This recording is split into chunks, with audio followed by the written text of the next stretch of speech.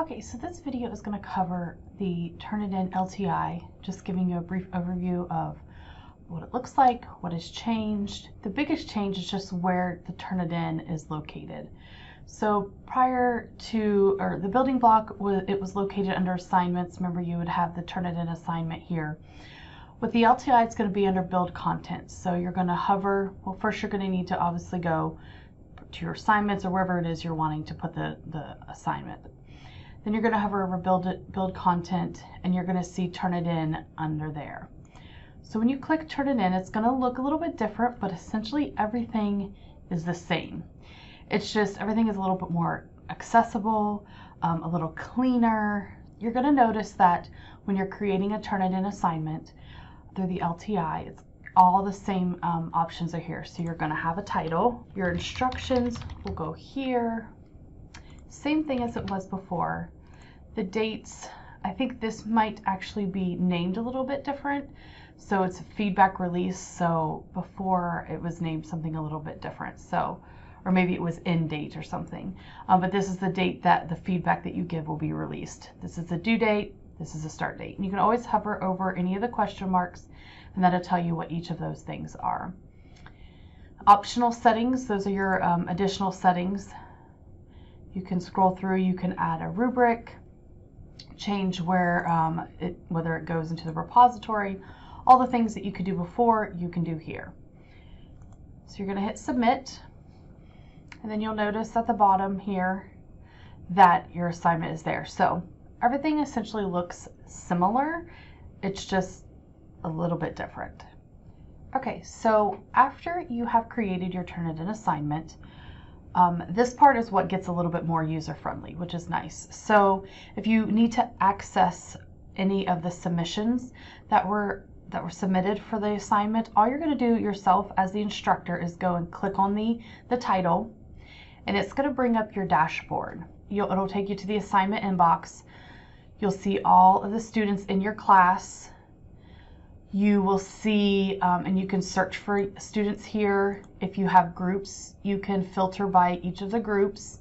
If you need to submit on behalf of a student, you can do that here. If you just click here, you can choose which student it is you want to submit for. And then it's going to give you the option to either upload a submission here with a title. You can put something in a text, or you can even now go and grab from your OneDrive. So if the student emails you the submission, you save it to your OneDrive, you can go and you can log in and get it from there as well. So, or like I said, you can just simply upload it. So there's that option. That option's a little bit easier now. So that's how you do that. The other thing you'll see you'll have notifications here, which I don't have any. This question mark is basically going to take you to the help desk for Turnitin. And then the settings icon is going to take you to the settings for that assignment. So you'll see when you click on it, you return back to here to this page. Some stuff cannot be adjusted. You can see other things can. So if you need to go back, say you want to change the release date, the feedback release, or whatever it is, so you can change all that stuff here. Also stuff in your optional settings. And then if you need to go back, you just go back to the assignment inbox. So everything is right there on kind of a little dashboard for that assignment. So it makes everything a lot easier to navigate around. Okay, so now what I've done is I went in and I added a document, a submission for a student, just so you could see what it looks like when there's submissions in there.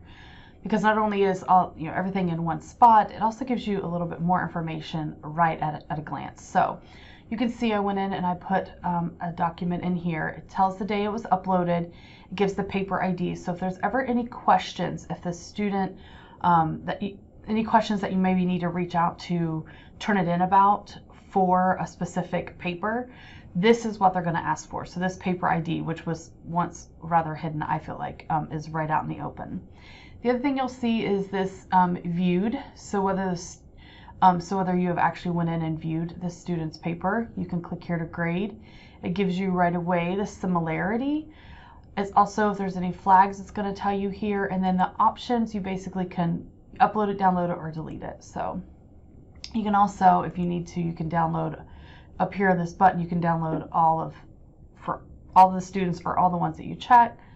a grade report, submission, original file. So it gives you the option to kind of download things in different views. So the thing I wanted to show is this analytics tab. So up here, once you have students who have submitted, you will see something in the analytics. Now, just note I have one student in here, so I'm not going to see too much of the analytics, but just so you guys get an idea of what you see. So you're going to see the submissions when they've submitted it, similarity scores, you'll see around where they range, submissions, how many have submitted it, any feedback, their average source. So this basically tells you where they get a lot of their sources from. So just gives you a little bit of a breakdown. Of course, once you have more people in there, you can also export any of the data as well. So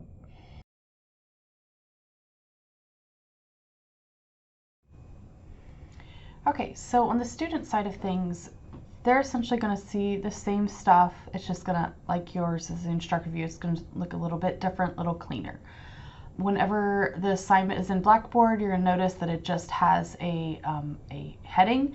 Before there was, I do believe, a little blue thing that you could click down here. So the students are just going to click on the heading, and then it's going to bring them to the assignment dashboard. So they'll see the assignment up here, and they'll see this giant upload submission button. So fairly easy to see. It tells them you have no papers in this assignment. So let's submit something. When they click the blue upload submission button, it's going to look essentially like the one where if you were submitting it for them. So they're going to have the option as well to upload a submission from their computer, text, or the cloud submission as well. So they're just going to put in a title here, go choose a file, upload and review. They'll get the approximate word count, file size. They'll get a kind of a brief little overview to preview it, so they can either preview, cancel, or submit to turn it in. Submission is complete.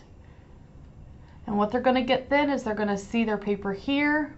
Obviously, they're not going to have a grade or anything from the similarity report because it takes a little bit to generate. They can resubmit the paper if that's an option. If it's before the due date or whatever the settings you allow, they can download their own copy of their paper. And then here is where they will get their digital receipt. So for whatever reason they need proof of their submission, they can click this and it will put down here in the bottom or wherever, depending on which browser, it's going to give them an actual PDF of a receipt for them. So they will be able to see their paper or a little preview of it. This is what they'll see. So they can turn this in or whatever it is you need for them to do with it. So that is essentially what they're going to see. When a similarity, if you allow them to view the similarity report, when that is has finished running, it's going to pop up here, and their grade will pop up here as well.